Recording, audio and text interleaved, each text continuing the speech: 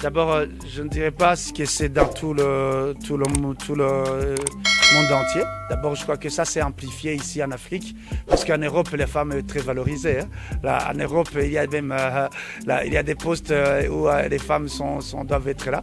Je crois que c'est en Afrique que le projet est amplifié, parce que la culture africaine, je dirais qu'il a eu toujours un mécanisme de discriminer la femme dans des dimensions qui sont différentes. Je crois que ça émane de la culture, et petit à petit, je crois que on a vu qu'avec l'évolution du temps, il ne faut pas que la femme continue à être discriminée comme on l'a observé dans nos cultures. Tu sais très bien, dans la culture africaine, même dans notre culture burundaise, la femme a toujours eu une place qui est dernière. Là, ça a été toujours un style de vie par rapport à ça. Donc je crois qu'on est en train d'amplifier ces projets, d'éradiquer avec ces violences, ces minimisations de valeurs féminines maintenant, en fait que nous ayons la conscience que si nous voulons un développement durable, il faut promouvoir les valeurs de la femme, parce que ce sont aussi des matières à promouvoir pour le développement de quoi que ce soit dans le monde que nous vivons aujourd'hui. Voilà, c'est un peu ça.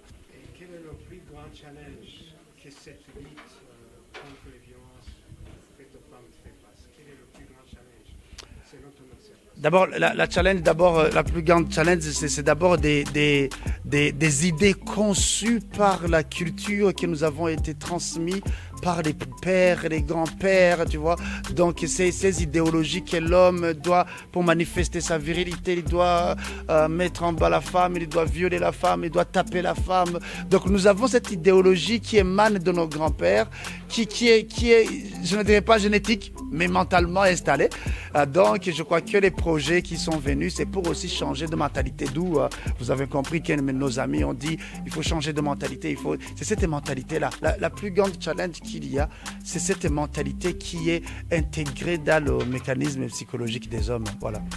Est-ce que vous auriez au moins des statistiques qui montrent à combien la femme est violée ici au Burundi au moins? Bon, il n'y a pas de statistiques pareilles, parce que aussi c'est difficile de faire des statistiques, et si tu fais l'enquête sur ça serait très difficile, parce que dans la culture, tu sais que voilà, les femmes ne parlent pas trop. Donc alors c'est difficile d'avoir des statistiques pareilles, mais on a quitté des échantillons par des témoignages d'ici et là, mais des statistiques générales, je ne crois pas, c'est difficile de les avoir, mais petit à petit dans les temps prochains, peut-être qu'on les aura. Ouais. Okay, dernière question. Quel est le message que vous pouvez adresser aux hommes, surtout dans cette période de campagne contre les violences faites aux femmes? Alors, un premier message que je peux dire aux hommes, il y a des hommes qui violent les femmes, il y a des hommes qui ne violent pas les femmes. Tu vois ce que je veux dire? Mais le message peut s'orienter vers les deux. Pour les hommes qui ne violent pas les femmes, qu'ils exhortent les autres. Tu vois? Qu'ils exhortent les autres et qu'ils témoignent aux autres le bienfait de ne pas violer les femmes. Et aux hommes qui violent les femmes, je dirais qu'ils sont des malades par rapport aux autres. Et aussi, ils sont victimes aussi. Ce sont des pathologies qui circulent. Je dirais même, ce sont des masochiques.